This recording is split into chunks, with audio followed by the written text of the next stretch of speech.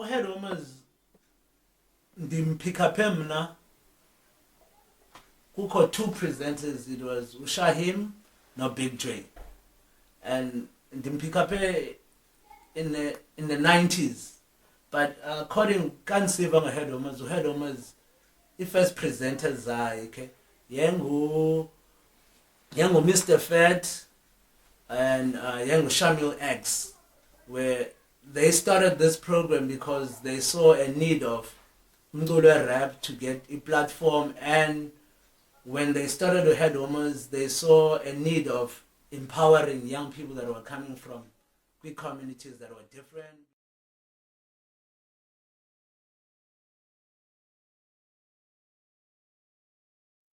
I can't recall this is. It's another research I still need to work on, to get these facts properly. Because if you go ahead homers Radio Bush, you'd go we archive zabo. There are images they have, the pictures zabo. The time I was listening to Shahim, no Big J, they were even facilitating the workshops, the Saturday workshops around about media, about the concepts around the globalization, what's the role of hip hop. They brought all. It was not just a session on a Friday. We knew that Kamamelela session on a Friday, on a Saturday we'll be meeting in the city, and there's the workshop is Zasenzega, Radio Bush. The time Berana, I remember even one of my closest friends, who stainless steel, got involved in a program. They run head homers. They focus on around the HIV, where that program they went to the Netherlands. Ikodesa na yayiphatha program, and still application for us at that time as intellectual seed to see friend yethu program going overseas. It meant a lot to us, Lana, because we saw Nati, we would grow, we would be part of a bigger movement, because now this time we had almost what they were teaching us. They were not teaching us to see into to become a superstar, but it's teacher activism. The importance of activism. And from we had almost a big festival came up in South Africa that took part in Cape Town that was called Fire on a Mountain. Fire on a Mountain, that was organized by Imbaula Trust, actually brought a lot of hip-hop heads Zalapa in South Africa together. For the first time, were hip-hoppers that were standing for the ideal of a consciousness hip-hop, where Abantu Babe Radical, they came together. Well, the festival happened for 3 years at Cape Town, where that's the time where I met the likes of OANZ. I met a crew at Durban that had this one guy who's got dreadlocks, but I still have the image yabo when yes Hype Hype magazine. And at Joburg we met the likes of Abantu that came from Joburg. It was the BMP, Urobo the technician, there was the Blazing Spear from Soweto, there was up in Cape Town, from a Kailicha, you had your Manic Squad, you had your Troop Fellowship, you had the Archetypes. That because the festival beginning, that was the beginning of the Archetypes. La festival, the first year, even if Trimas Cup could be honest, for the first year of La Festival, without not actually trying to play hate them, La Festival gave birth with Trimas Cup to start the MCing. They went to La Festival not as MCs, because this style was so rapper. It was incorporated in the style of Sikwaito. The second year they came out fully as MCs as a rapper. That's where even a Trimas Cup, if they would track back to Uchonga, in relationship with the illiterate skills, the likes of your TOP. TOP spent a lot of time in Kailicha. He even had a crew that was called the Afro Clique. TOP, no cousin, no Supreme, no Luxionism, no brother, Kuchong 7 Sil, where they were Afro Clique, where Bona, TOP relationship I had now, it was a strong level of a friendship, you know, that was so powerful to a point that even today, OTOP left me with a message that I would never forget. I would never forget Mindinium to take. OTOP said once a Sigwi hip hop event, or he was saying that hip hop it's a big temple where the temple of hip hop, it has different sectors. If you want to be in a conscious room, you're gonna find your conscious MC. You want to be we MCs that are talking about cyber lyricism, the likes of your company flow. You are gonna find. So hip hop should not be boxed as Indo A1. There's different rooms. So when you choose as the MC which room you want to be, you want to be around the gang rappers, you are going to find them. You want to be around our focus on challenging society, you are going to find. So when I find yourself, from that time I just took what TOP was saying, and then I actually saw Nyan Lendo because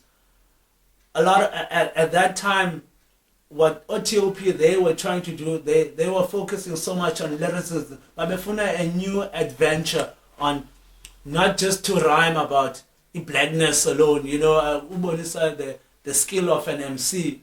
So that's why even today that Umgolo Rap has managed to find it as different venues, you know, especially crews like Fifth Floor, I give highly respect because from as a young person or a lokshini or many events that were in the city, abantu babe organize a fifth floor, and the fifth floor actually for us as kids that came from the township, Utando they gave us, you know, they made us to not just in a sense of belonging in the city, in a sense of babesika organized events. It guy pela will be stranded, Siolala maybe station, but they would open up your flats, so it was not just since I late gig, and then afterwards we got the cash from the door, and then Zboneleni, there was a sense of a community. That's where I met the likes of Fungus, Upi, Coriander, Caders,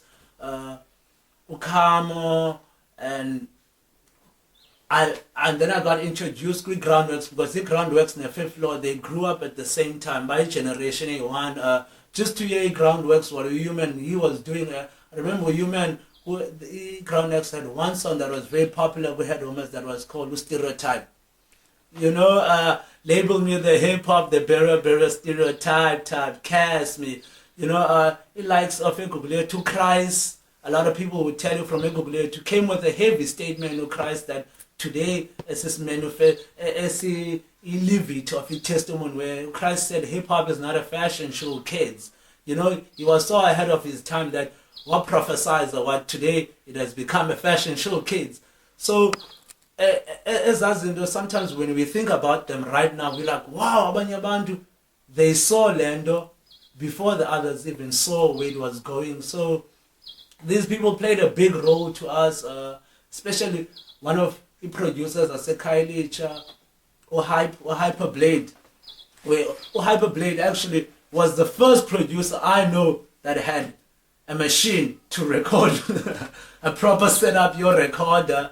For the first time, they wanted drum machine, they won with Chronic Clan, go Crosby. They had a drum machine. I never knew what was a drum machine, but they had a drum machine and they were actually making their own beats. The first record that came out, it was the First Case Alliance. A full-length record that came out, they had the first Case, they had that record, and that record, when it came out, it was a talk of a town where you could hold a copy of a record in your hand, and we turned it from them instead of buying it from at the store. It was something that it made a lot of MCs to see the importance of releasing the records, them actually building up their studios. Even when I take it back, like the relationship, it did not begin with SOS. It began meeting each other, Chukwi Park Jams. They were coming, Sasazenza, Apago I, as intellectual seeds. They were doing in their own community. kwalapha ekhaya, and it just info. I would say he's been producing for quite a while. Info, a lot of producers as a Kailicha today who are producing. I think they saw his setup in production. It's either it was info or it was Kuker to Hyperblade at his place where you could see him on a setup of his studio.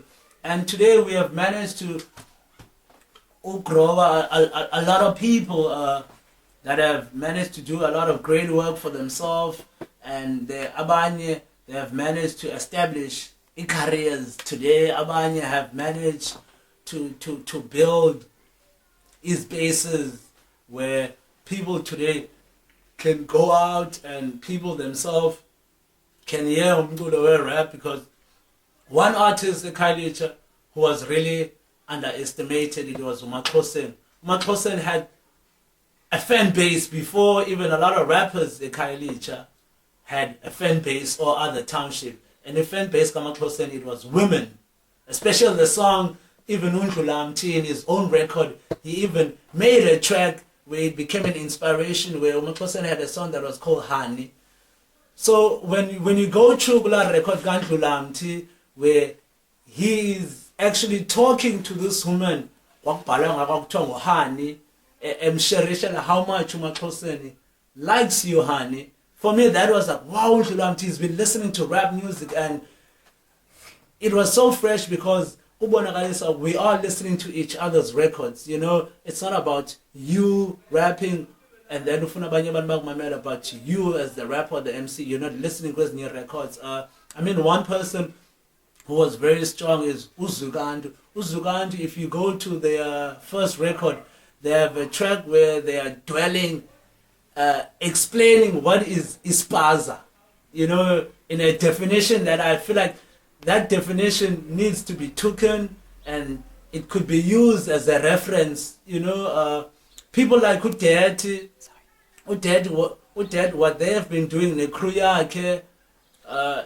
it's been very powerful, because from get-go, in Black G Flow, they were very concerned about just focusing ilwimi lesixhosa, and they even came with a concept to identify what they were doing as iringans. And it made sense, you know, because iringans is a communication of a language that's spoken in the urban townships of a Cape Town. So even today, brothers, it is Zenzi azikho wrong ukuthi zenze ispaza, because if we look at the word uspaza, it originates from the language of the Afrikaans, and it's a term to identify a small shop of a business that takes part in a way of informal business. You can get as many things you could purchase, and it's ever even people from good communities too might not have money. So when those first rappers, they were saying Benza, when they were saying what today sees as ispaza, it came from uspicer languages, you know, fusing this language. And because if you go with Spaza in the township, you're going to find a lot of items is in here, maybe in a shop, like a shop, right? They don't sell, but with Spaza shop, you do find them, you know.